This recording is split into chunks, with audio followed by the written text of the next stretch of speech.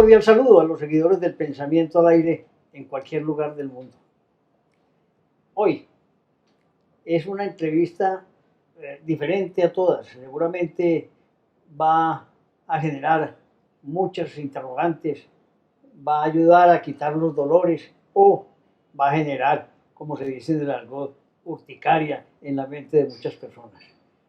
Invitamos a compartir este conversatorio del día de hoy al coronel efectivo del Ejército de Colombia, Carlos Javier Soler Parra, experto en negociación de paz, secretario de la Alcaldía de Cali, abogado especialista en bolivariana y en Bogotá también de otra área.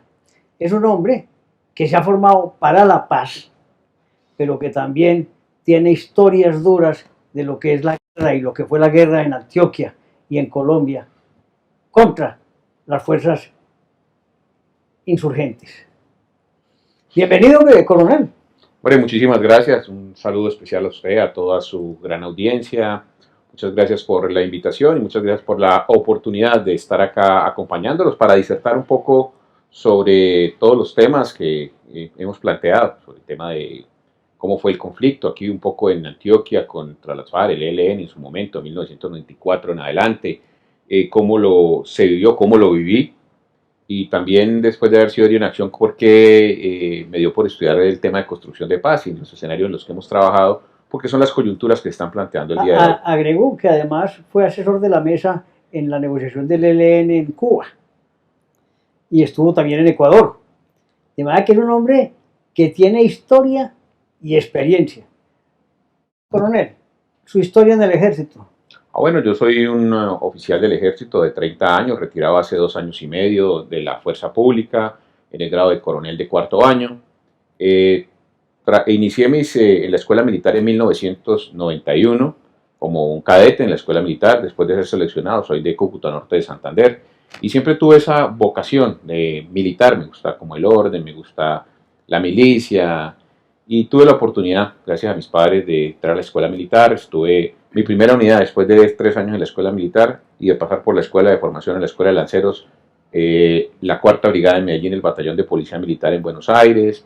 De allí, después de 1 año, estuve como comandante de una unidad especial a órdenes del comandante de la 4ª Brigada en 1996, el señor general Jorge Mora, que era el comandante de la 4ª Brigada, y ahí batallones de contraguerrillas en Urabá, ya aquí en Antioquia fui herido, y he estado mi carrera muy bien entre Antioquia y Valle del Cauca, también en la Macarena. Mi último cargo fue comandante de la Fuerza de Despliegue Rápido en la Macarena Meta, y antes como comandante de la Fuerza de Tarea Conjunta Aquiles en el Bajo Cauca antioqueño. Ok. Toda esa historia militar la veo muy enfocada siempre a ser un hombre de ejército combativo, del que lidera a sus hombres, el verdadero líder del ejército, no aquel sentado por allá en las mesas de escritorio, sino el hombre que lidera a su grupo. El ejército tiene muchos roles, como un ejército es una máquina que tiene muchas piezas. La parte administrativa, la parte logística es muy valiosa para si no llega la comida, si no llega la gasolina, si no llega los insumos, si no está el helicóptero, si no está el camuflado, pues hay falta de moral, si no llega la comida. Pero claro, yo soy un oficial de infantería, formado en infantería, y la infantería, como reina de las armas, pues es quien siempre va al frente de las operaciones. En Colombia, en un combate irregular, en una guerra irregular, es importante decir que todas las armas han aportado, todos han colocado su sacrificio, todos han colocado su sangre, pero sobre todo un trabajo de 24 horas al día que lo aleja a uno mucho y lo vuelve un extraño con sus hijos, con su familia, y esto es un parte del sacrificio de la fuerza pública al servicio de la paz estable y duradera de Colombia. Nadie quiso estar en conflicto, nadie quiso generar una guerra, nadie quiso generar muertos, pero al final del día la guerra es el tema de lo incierto, y dentro de lo incierto, pues para eso se forma un oficial del ejército, y para eso le colocan hombres desde la primera unidad, que es lo que manda un subteniente, que son 30 hombres, 3 suboficiales, hasta comandante de una fuerza de despliegue rápido que tiene 7.800 hombres y una jurisdicción muy grande, una responsabilidad muy grande. Una explicación perfecta, pero sigo diciendo que usted es un hombre, los que van activos al combate, es un hombre que lidera a su grupo de una manera activa. Y de eso hemos tenido historias de muchos generales importantes en Colombia, que han sido hombres que las fuerzas lo quieren, los soldados los reconocen como sus líderes. Eso es bueno, coronel. Eso es bueno, no puede negar, mirándome usted a los ojos aquí, no puede negar la labor importante que usted hizo para mantener la moral de sus hombres. Le tocaron aquí en Medellín y en el Valle del Cauca muchas situaciones difíciles, violentas. En una de ellas fue herida. ¿Cómo fue esa historia? Oh, eso fue una toma desafortunadamente esos son distintivos que se llevan, pero que a veces de los que no se habla mucho, sí, en la toma en la toma Guatapé. Realmente la toma fue en el Peñol. Estaba yo bajo el mando y con una unidad disponible cuando se hace la toma de El Peñol, estaba la policía ahí cercada, ya quedaban muy pocos hombres y se tomó una decisión por parte del comandante de la brigada de entrar por tierra con los vehículos. Entramos a partir de las 11 de la noche, entramos en un combate a la 1 de la mañana. Esa noche no pasó nada aparte del combate fuerte y logramos que no se tomara la estación de policía. Ese Ejército de Liberación Nacional se encontraba atacando el municipio del Peñol. Y al día siguiente, en acciones subsiguientes, subimos una información de que se habían movido hacia Guatapé, nos movimos en una unidad, retornando, después de unas escaramuzas, encontramos un campo minado y nos volaron 2 carros, y recibimos fuerte fuego de ametralladoras de la parte de los cerros, y ahí se presentó la herida de varios de mis hombres y los carros que nos han dinamitado, y ahí quedé pues un poco herido en el brazo y un poco de esquilas, pero afortunadamente sin ninguna consecuencia, aparte del trauma psicológico y aparte de enfrentar la muerte que lamentar. Los soldados heridos fueron evacuados y se les pudo prestar sus servicios, y realmente esto es un tema que uno va pasando y que lleva heridas no solo en el cuerpo sino en la mente por las situaciones tensas a las que uno con escasos 24 años se enfrenta a esta situación. Duro, ese momento de la pérdida de un hombre debe ser dolorosísimo, ¿no? Eso es que... La primera vez que sufrió un hombre muerto en combate fue en un lugar entre México y Heliconia, en 1996, en un combate con el Frente 47 de las FARC. Ahí esa madrugada, un golpe que tuvo desenlaces negativos para ambas partes. Un soldado muerto y del otro lado 3 miembros también muertos de las FARC. Eso es bastante doloroso, ir a entregar ese cuerpo a la familia, hacer ese duelo. Esos son temas que quedan marcados porque a uno le entregan unos jóvenes y uno tendría que entregarlos en igual o mejor condición. Entregarlos mutilados, entregarlos en una caja. Son dolores ocultos que por el tema del simbolismo o también el tema férreo con el que se forma un oficial del ejército son cosas de los que casi no se habla, pero que estos héroes o víctimas muertos en desarrollo de operaciones cuidando de los símbolos patrios, la bandera, lo que representa el Estado. No olvidemos que los grupos armados ilegales plantearon en su momento una lucha contra el Estado representado en las 3 vertientes, ejecutivo, legislativo y judicial, pero quien está en su momento poniendo los muertos es la fuerza pública, policía, ejército, allá en el campo, y pues para eso se prepara uno, porque le gusta, porque uno entra ya, nadie lo obliga, uno entra porque los oficiales y suboficiales entramos porque queremos. Coronel, ese sentimiento de dolor por la muerte de sus hombres todavía lo tiene. Claro, eso uno cree que no surte mella, pero uno hace algunos trabajos. Cuando empezamos a recibir temas de construcción de paz con los suizos, en el proceso con las FARC, esa capacitación lo hace jugar a uno en un juego de cambio de roles y de toma de decisiones y con un apoyo psicológico fuerte, porque pensábamos que, o nos decían los asesores del proceso, que podía detonar estando cercanos, ahí face to face, con la contraparte podía detonar sentimientos guardados. Y nos dimos cuenta en un trabajo que tuvo psicólogas, sociólogas, trabajadoras sociales, que sí teníamos muchos dolores ocultos, y lo entendí cuando me dio por estudiar construcción de paz leyendo a Vicent Fisas, el pasólogo. Eso se llama los dolores ocultos que hay dentro de todo el espiral de violencia en el que ha sido uno sometido y donde uno ha sido un engranaje, una parte del espiral de violencia desde el lado estatal. Y quedan además fuera del dolor traumas. Se trabaja, hay muchos hombres, mire hombre que nosotros no hemos trabajado mucho eso en Colombia, leyendo sobre causales de inculpabilidad en temas de Vietnam, en tribunales penales militares juzgando miembros de unidades del ejército que cometieron algunas barbaridades, americanos.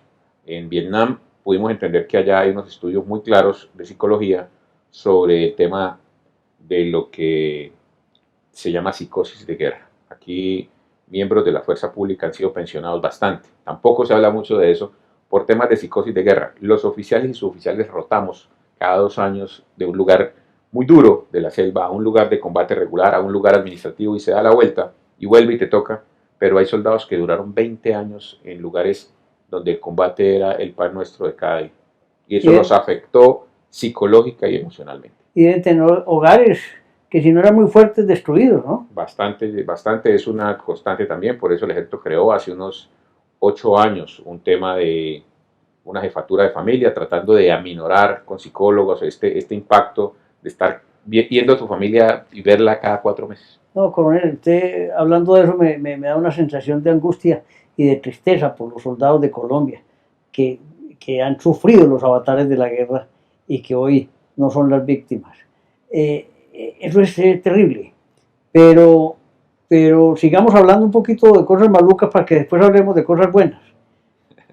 En Medellín le tocó muchos eventos de combates, tal vez en Belén y Altavista y esas partes fue también duro, ¿no?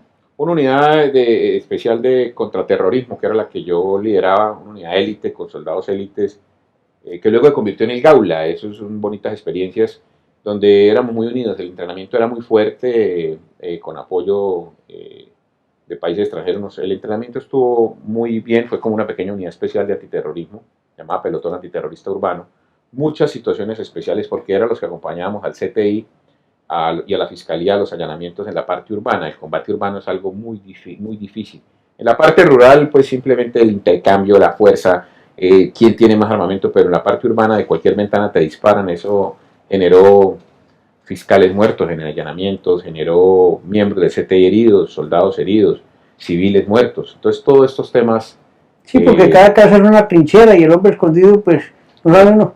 Muy difícil, muy difícil. El combate urbano es un tema, cualquier ventana despejada es un tema muy delicado. Una granada en un callejón como sobre las partes altas, una granada te daña a varios hombres. Afortunadamente Dios nos bendijo en muchos de los combates que tuvimos. Cuando revisábamos, después de salir al otro día de una operación de un combate de 4 o 5 horas, encontramos que los disparos habían pegado los chalecos, que habían pegado, y uno no se da cuenta en los proveedores. Una vez me pasó, tenía los proveedores, cuando fui a sacar un proveedor a limpiarlo, desarmado, tenía 3 impactos de munición 9 milímetros que los pararon fue los proveedores que tenía en la cintura, otro en el chaleco, y no sentí el golpe en el chaleco de estar corriendo. La adrenalina, ¿no? Ese tema de la adrenalina es un tema fuerte y es un tema para reflexionar sobre. Algunas personas creen que la guerra solo se da en la parte rural, no, en la parte urbana se han dado unos conflictos muy fuertes y el tema del conflicto urbano es un tema que nos puede tocar a todos, señoras, niños, tiene que ser muy cuidadoso, incluso en el tipo de munición que se utiliza. Coronel, vamos a hacer a dibujar un poquito la realidad. Usted es un hombre combatiente, cumpliendo una función de defensa de la institucionalidad en Colombia. Después se vuelve constructor de paz. Yo creo que tiene que ser una explicación muy clara de parte suya para entender nosotros cómo un hombre combatiente permanente pasa a buscar la solución de los conflictos a través de ser un hombre constructor de paz. Bueno, tengo una historia muy bonita, es que el Ministerio de Defensa por allá en el año de 1998 crea un programa que llama Programa para Capacitación de Talentos Heridos en Acción. Entonces, el Ministerio de Defensa de la época, con el mando institucional, se dio cuenta que había que preparar unos hombres y unas mujeres para que tuvieran una visión más integral desde la capacitación, y genera unas becas, donde usted aplicaba, tenía unos requisitos, tenía que ser de los primeros puestos del curso, haber sido de una acción y tener unos resultados en operaciones. Y ahí aplicamos como para aviación, aplicamos a algunas personas a esos incentivos con otros 5 o 6 compañeros. Fuimos aceptados en el programa y nos colocaban en una unidad, me colocaron en Cali a estudiar en una universidad, la Universidad San Buenaventura, y con otros 5 oficiales de diferentes grados empezamos a estudiar. Allá estudiamos 3 estudiamos Derecho en esa universidad, teníamos alguna flexibilidad en los horarios para ir a clase en el día, para ver algunas clases de noche, trabajar, pero al mismo tiempo rendir en la universidad con un promedio. Y empieza uno a transformar la manera como ve, cómo se aproxima. Empezamos a notar algunas debilidades en el tema de la defensa institucional de los miembros de la fuerza pública, Y eso nos aplicamos siempre a distinguirnos estudiando porque primero los compañeros eran más jóvenes, entonces uno no, ya no era un niño, yo ya era un teniente que iba a ser capitán. Y en ese ejercicio, primero muy buenos amigos, muy buenos recuerdos de todos y todas los compañeros universitarios, pero encuentra uno falencias en la defensa de los procesos disciplinarios, de los procesos administrativos, incluso en el manera de dar las órdenes, y empieza uno a tener algunas tensiones por algunas órdenes que se daban porque uno ya la veía desde el tema del derecho. Y empieza a humanizar un poco, y en el tema de los derechos humanos empecé a seguir a dos o tres grandes nortes que tuve en su momento, capitanes mayores que luego fueron generales, que fueron como un norte dentro de la fuerza militar, un oficial de la Fuerza Aérea, un oficial dos oficiales del Ejército y un oficial de la Policía, que empezaron a entrar en contacto con el mundo de los derechos humanos a través del Comité Internacional de la Cruz Roja, de humanizar el conflicto, del DIH, del uso de la fuerza letal, del uso de la fuerza letal en derechos humanos, y empezar a entender esos marcos y empezar a escribir sobre esto, genera unas transformaciones que hace que al final del tema yo me vuelva un asesor jurídico en la 7ª división. Me acuerdo, estaba en la Uribe Meta, ya había terminado mi carrera y me llamó el señor general comandante de la división y me dijo, oiga, había sido mi primer comandante aquí en Medellín, mi primer comandante de subteniente, cuando me desempacó de coronel, se volvió general, mayor general, y estaba, cuando yo llegué allá, entré fue a la Uribe, un batallón de contraguerrillas, y ese coronel que era general, Rocha Ayala Gilberto, me dice, Carlos, ¿usted por qué no se viene aquí que no tengo asesor jurídico y tengo unos problemas delicados? Le digo, mira, yo estoy aquí en la Uribe en mi oficio, pero yo pues en el electo se utiliza una frase, ni me regalo ni me voy a negar, lo que usted ordene. Y al otro día llegó un helicóptero y me recogió y fui asesor jurídico de esa división. Empezó la carrera de asesores jurídicos operacionales.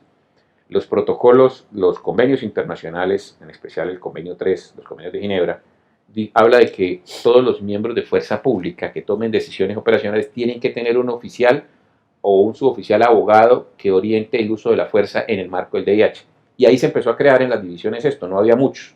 Hoy tenemos más de 200 asesores jurídicos operacionales en cada oficial, cada coronel general que toma una decisión tiene un asesor jurídico operacional al lado, cumpliendo a cabalidad. Creo que esto poca gente lo sabía, pero eso es muy importante además. ¿Usted qué hace? Ha cambiado muchísimo. Entonces empezamos con eso. Yo fue el quinto oficial de las armas que tenía, el tercero de las armas y el quinto asesor jurídico operacional de una división, porque los otros eran administrativos. Solo estaba en división, luego lo pasamos a brigadas y luego lo bajamos a batallones. Luego tuve la fortuna de formarme. Me acuerdo que me dijo ese señor general, me dijo, necesitamos un tipo duro en penal. Y yo, mi general, soy duro en administrativo, que tengo y soy abogado, pero yo de derecho penal tengo un teléfono de un amigo. Me dijo, no, busca una universidad buena y miramos la manera de que puedas ir a estudiar a esto y aquí te apoyamos. Y realmente recibí el apoyo para ir a estudiar tal vez en la mejor universidad en derecho penal de Colombia, hacer una especialización. Seguimos avanzando en esto y siempre estuve entre el conflicto operacional como comandante y la parte de asesoría. Luego pude tener la asesoría de otra división, de la 3ª división ya de teniente coronel, ya era asesor para 18.000 hombres que manejaba un mayor general. De allí salí a ser director de derechos, primero coordinador de derechos humanos en el Ministerio de Defensa, y de allí me volví director de derechos humanos del Ministerio de la Defensa. Ese cargo no lo había ocupado un oficial de combate del ejército nunca. Yo apliqué en una competencia sana con otras fuerzas y ahí me dejaron. Es que además es muy importante porque la experiencia práctica de un combatiente frente al conflicto y frente a la defensa del soldado es una cosa maravillosa, ¿no? No, usted ya entiende porque usted no solo está la pragmática del libro del 6R, de ir a San Remo, allá tuve la oportunidad de ir, yo le agradezco mucho a mi ejército, hacer el curso básico en el Instituto Internacional de Derecho Humanitario en San Remo, Italia, el avanzado, el de profesor, son espacios donde usted está en conjunto con todos los oficiales que toman decisiones de las fuerzas en el mundo y liderado por el 6R. Uno atrae mucho conocimiento, lo vaciamos en un documento que se llama el Manual de Derecho Operacional, está vigente para uso de la fuerza en derechos humanos y en DIH, los protocolos para uso de fuerza en operaciones en derechos humanos y en DIH, los dos marcos de actuación. Y ahí empezamos a meternos en el tema del relacionamiento con víctimas, porque estaba delegado por el ministro de Defensa en las mesas de víctimas y allí el tema de conocer, de empezar a trabajar con las víctimas militares, pero con las víctimas también de las organizaciones, esa mixtura de poder tener la apertura de sentarse a pedir perdón. Me tocó varias veces ir a pedir perdón por órdenes de los jueces y empezar a entender todo esto, es empezar a tener un universo completo, dio la posibilidad de ser asesor en el proceso de de negociación en La Habana como asesor de los señores generales, de los 5 señores generales. Bueno, pero allá voy a meterme un poquito. Yo creo que ese es el máximo cargo que usted ocupó, ser asesor en una negociación de un conflicto colombiano. Debe ser además un honor para usted representar al ejército, ¿cierto? Sí, pero no fue el máximo, porque luego de ser asesor fui negociador. Ya con el ELN fui negociador. Ya no era solamente asesor sino de los señores generales, sino que estábamos como parte face to face en la negociación. Ok. Qué historia tan bacana, hombre. Digo yo el término coloquial antioqueño. Me voy emocionando para hablar más largo, coronel. Pero bueno, cuando se ve usted frente a frente con estos líderes del ELN, ¿qué sintió? No, con los de las FARC primero. De la FARC primero. Con las Okay. FARC. Nos preparó mucho la ayuda que recibimos. Estos temas de los que uno no podía hablar ante 5 años. Tenemos un compromiso de no hablar. Ya pasamos los 5. Okay. Ya pasamos los 5 años, entonces uno lo que siente lo preparan. A uno lo preparan desde la psicología, porque sí, le tengo que contar que ya varios nos enfermamos. De lado y lado, eso era porque era un tema muy fuerte. Romper el hielo fue mucho ejercicio, primeros acercamientos, y para eso nos prepararon. Nos formaron y poder estar en contradicción sin pararse uno, porque de todas formas uno tiene la sangre un poquito caliente, y empezar a calmarse uno un poco frente a las heridas que uno ha recibido, sus hombres, todo, pero buscar un bien mayor, que era la construcción de una paz estable y duradera, en los que la mitad no les gustaba, la mitad de mis compañeros no les gustaba, la otra mitad estaba escéptico. Todavía hoy mantengo, ya ha pasado el tiempo, algunas conversaciones fuertes, porque la parte del ejercicio era ir 15 días, venir 15 días, informar al mando, retroalimentarnos, pero también hacer la pedagogía en las unidades militares y policiales. Entonces, cuando íbamos con el equipo a hacer militares activos a hablar de eso, muchos lo veían como una traición. Que usted traiciona cómo se sienta con el que le mató a los soldados. Entonces nosotros decían, pero venga, o nos sentamos o nos seguimos matando. Entonces aquí hay que pararla un poco. En su momento, los procesos que se habían dado en Colombia, los miembros de la fuerza pública nunca se habían sentado. Creo que fue la primera vez, incluso se manejaba con unas encuestas muy grandes de qué pasa si los miembros de la fuerza pública se sientan o no. Mucha gente pensaba que podía haber un rechazo al proceso si los miembros estaban ahí sentados, pero por análisis cruzado de información pudimos entender que si se sentaban militares ahí, el proceso adquiría mayor robustez, militar y policías. Y eso fue abriendo la puerta, y nosotros somos en La Habana constructores del punto 3, los señores generales y los asesores construcción del punto 3, pero entre el punto 3 también ayudamos a la asesoría de los plenipotenciarios en temas donde los únicos que conocen son los que están allá en el terreno y los miembros de la fuerza pública que han estado en el terreno, porque nadie más. Es un problema grave de la ausencia del Estado en los territorios, que más adelante creo que lo podemos tocar, porque es uno de los problemas que genera el Estado que no está con la vía, el Estado que no está con la escuela, el Estado que no está con el puesto de salud. Todas esas cosas han generado los conflictos en los territorios, porque el Estado no llega con los jueces y los fiscales, y la Defensoría del Pueblo y la Personería allá, en Bagado, Chocó, allá, en los lugares donde la mayor conflictividad se ha dado, el Estado estaba ausente, el Banco Agrario está ausente. Claro, lo atracaron 30.000 veces, le tocó irse, pero eso es... Pero el tema que usted dice, coronel, la ausencia del Estado, si no llega el Estado a las regiones de Colombia, los conflictos seguirán creciendo nuevamente, porque sin un Estado que no llegue efectivamente con salud, con formación académica, con trabajo, con preparación para el agro, no tendremos un Estado tranquilo nunca en la vida. Encontramos algo muy interesante,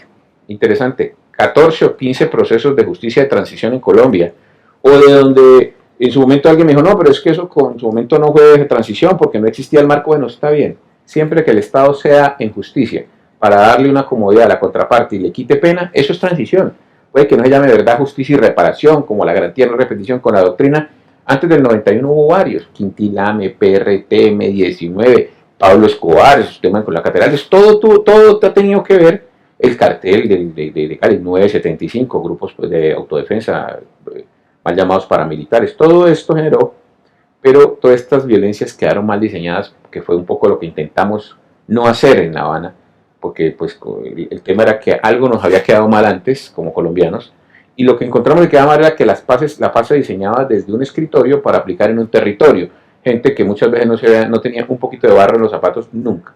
Entonces tocaba ir a consultar los territorios para que esto, y creo que esto salió algo bien, En temas de implementación han habido 1000 problemas, han habido choques jurídicos, han habido temas internacionales, todo el mundo con la idea de ayudar a construir la paz, pero con unas visiones. Y lo que no se podía convertir, creo que fue lo que convirtió una lucha para reivindicar temas que no se ganaron por las armas, del lado del Estado, de 1000 cosas, que al final del día torcieron lo que se discutía. Y también pienso que ha habido laxividad en algunos temas y falta de financiación en otras, porque es la verdad, ha habido falta de financiación, es que prometieron muchos países 1000 cosas para este proceso y no llegó el dinero. Entonces sin dinero creo la tulita nos la cargamos los colombianos, y con ayuda internacional sí, pero no toda la que se prometió. Entonces ahí hay desfinanciación en algunos temas que son temas básicos, vías, solución. Yo digo, deja de cultivar las hectáreas de coca aquí, pero el cacao sí, pero ¿en qué lo saco? Sí, pero ¿en qué saco el arroz? ¿En qué saco el maíz? Y toda esa falta de vías terciarias, todo ese tema de exclusión. Y el tema fundamental, el respeto por la vida de los que quieren quitar las tierras, ¿no? El respeto por la vida, el respeto por la propiedad privada, todo tiene que en su momento ser, eso es como dijo, leí algo por ahí con pinzas, muy consensuado, muy trabajado. Habrá que llegar el momento, coronel, de ir a cada región de esas y hacer un proceso de paz allá con cada uno de los factores del conflicto. Si no lo hacemos, no lo logramos. La paz tiene que llegar también a cada lugar del territorio colombiano. Pero la última antes de irnos, coronel, hablar con usted es una delicia. Tendremos que repetir como hago con algunos otros compañeros de estos temas, Andrés Úsuga y otros que me acompañan cada rato, el coronel Marulanda, en fin, gente que está construyendo. Mi comandante aquí es jefe de operaciones y hombre de inteligencia de la 4ª Brigada de Teniente Coronel, John Marulanda Marín, sí, era mi jefe. Él es columnista también del Pensamiento al Aire. Sí, señor. Bueno, la última pues, coronel, ¿por qué fracasa la negociación con el ELN en Cuba y se va ahorita próximamente a buscar reiniciar? Bueno, yo aplaudo, lo primero que hay que decir es que yo aplaudo que se inicien que se reinicien los diálogos. ¿Por qué? Los diálogos se suspenden porque el ELN viola los protocolos. Ojo, el ELN viola porque había un tema escrito dentro de los acuerdos que decía que no podían haber acciones bélicas escaladas durante el tema. Veníamos felices de un cese. Mucha gente fue escéptico y dijo, no, es que eso están federalizados, no van a poder. Pudimos hacer un cese en los territorios, pudimos parar el conflicto, pero luego el tema de la bomba en el tema de la policía colocó al gobierno en el peor de los mundos. Y yo creería... Esa decisión estúpida del ELN, ¿por qué? ¿Usted qué sabe de eso? Yo llego a entender, cuando uno le pregunta, ¿ustedes sabían? Ellos dicen sí, el Comando Central dice sí. Yo tenía entendido por algunas fuentes no confirmadas, no formales, que algún miembro disidente que estaba en un país vecino con mucho poder económico no tenía la intención de dejar que estos avanzaran en el tema, pero esas fracturas internas nunca se van a reconocer. Nunca, porque eso fractura la unidad de mando. Entonces ahí internamente creo que también les tocó comerse algunos sapos, pero hoy en día creo que eso no se da y hoy en día creo que por el contrario. ¿Por qué el gobierno se levanta la mesa y por qué para retomar le pide nuevas concesiones que no estaban escritas? El ELN es muy pragmático, el ELN tiene una formación muy estructurada. Por ejemplo, cuando usted negocia con las FARC, usted se da cuenta que está negociando con personas que tienen formación, líderes que tienen alguna vocación, pero más tema campesino. El ELN tiene mucha formación, tiene gente muy formada, profesionales, gente que trabaja sociología, que trabaja historia, que trabaja psicología, que trabaja agremiación de base, que tiene fundados en teologías de liberación, pragmáticos, y cada cosa se consultaba mucho. Por eso se demoraba, lo exploratorio duró 2 años, luego lo otro duró otros 2 para llegarnos a ponernos de acuerdo, unos 4 años en ponernos de acuerdo en unos puntos en los cuales se iba avanzando. Pero a veces la negociación se sentaba 1 2 horas y luego pasaban 2 días mientras se hacían las consultas con la base a través de radios. Y tocó garantizar todo eso, ir, venir. Es una lucha de mucha paciencia, es una lucha de mucha construcción, pero uno tiene que tener el foco puesto en lo siguiente. En los territorios, hoy, vamos a colocarlo hoy aquí encima de la mesa, converge ELN, converge disidencias del residual de las FARC, converge lo que denominaron narcotalia, la gente que se salió residual de FARC primero, que es los de Gentil Duarte que no, Iván Mordisco, que no reconocieron a lo de La Habana. El único que estuvo fue Gentil y se devolvió y no quiso volver a ir. pero digamos los que se creen puros porque nunca entraron a una negociación del residual. Luego el residual tiene Narcotalia, que es lo que crea Iván Márquez con el Paisa, con Romaña, Santrich. con Santrich, todo esto que también tiene fuerza en algunos territorios donde todavía lo reconocen. Esos dos se enfrentan. Se enfrentan con el ELN por Arauca, por el norte de Santander, por el Catatumbo, por el tema del Cauca. Pero frente a eso también está los mal llamados paramilitares, grupos de autodefensa llamados gaitanistas, que en su momento también estaban fraccionados con otro grupo pequeño que era, y pelearon entre ellos, que era con los caparros aquí en Antioquia, en el Bajo Cauca antioqueño. Todo esto en unos territorios donde hay dinámicas que están peleando hasta tres por unos temas, valga decirlo, donde hay coca, donde hay laboratorios, donde hay cultivos ilegales, donde hay oro, donde hay coltan, donde hay minerales, todo este tema que a una población la tiene en una situación muy difícil. Es estar casi confinada. Con un fusil le llegan 20 tipos a la finca y usted no le pregunta, ¿usted es de derecha, de izquierda, de centro? Usted saca la gallina y que hubo, porque si no, pues entonces una Y entonces después llega el otro grupo y después ahí llegan todos y a todos, pero usted es colaborador. Esa situación del campesino, usted saca uno, vamos a negociar hoy con este, entonces me llevo este, pero quedan dos, entonces esos dos se enfrentan y se vuelve más dura la espiral de violencia, que hay más muertos, a cuál es más berraquito de los dos que quedaron. Entonces usted se lleva dos y deja uno, entonces alguien dice, no, venga, usted le hizo el mandado para dejarlo fuerte allá para que quedara con la economía, ¿sí o no? Entonces por eso el tema de que negociar con todo requiere lo que tú dijiste, temas en los territorios diferenciales. El problema es diferente en el Chocó que en el Bajo Cauca. El problema es diferente en el Cauca que en el Catatumbo. Todo lo de frontera con Brasil es otra dinámica. Esas dinámicas tienen que ser armadas desde los territorios con gente que conozca. Yo pienso que aquí lo importante, lo decía un columnista amigo, es construir sobre lo construido. La experiencia de quienes al final del día, en su momento con las FARC nos mirábamos como así, pero al final del día terminamos allá cuidándolos, los carros de la fuerza pública y los enfermeros colocándole glucantine a las guerrilleras que tenían su problema, los sueros para el paludismo colocándoselos, los de los mismos soldados, y atendiendo partos, hay que decirlo, atendiendo partos dentro de las zonas veredales y moviéndolo en los carros. Esto fue, digamos, la primera demostración de la grandeza de la fuerza militar y policial, con UNIPEC de nuestra policía, con miembros de la fuerza pública, más de 26 batallones completos, casi 7.000 hombres dedicados a cuidar a los miembros de la FARC y sus familias que están en las zonas veredales, donde ya se empezó a ver a una zona de aislamiento al principio, pero luego una interrelación entre seres humanos, de construcción de paz, y fue el primer proceso real ahí en el territorio cuando usted decide tomar un carro para llevar una guerrillera hasta el puesto de salud porque va a tener un niño. O que esos temas son temas que ahí nunca se mostraron en su real, porque es ahí lo pequeño, la paz territorial, el pedacito. Pero esa es la que hay que buscar, es que debemos dejar de ser egoístas, no buscar la grandeza de unos allá negociando, cuando la grandeza está en aceptar que cada región de Colombia tenga su propio proceso de paz. Coronel, muchos pedazos. Allá en el norte de Santander, cuando nos bajamos con Alape a negociar allá en la zona del Catatumbo, vino el comandante de la Brigada Móvil que estaba ahí, temas no contados, y vino el coronel, comandante de la Brigada Móvil de 2.200 hombres que estaba ahí, y trajimos al comandante del frente en su momento de las FARC que estaba en el sector.